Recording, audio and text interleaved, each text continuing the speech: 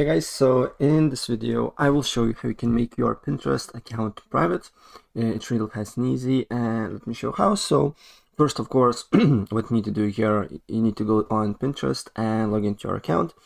And once you logged in, then you need to go on your profile picture, profile icon that is on the bottom right corner, and then you need to go on your boards.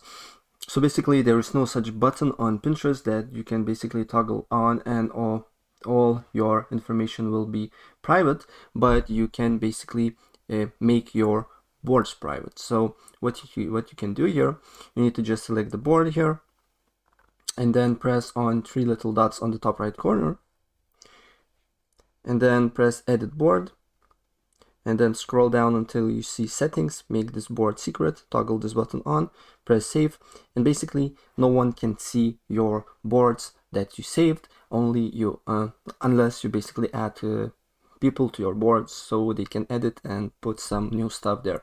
Right, so guys, that's pretty much it what I wanted to show you, and if I help you out, please press like button and subscribe for more. Take care, bye.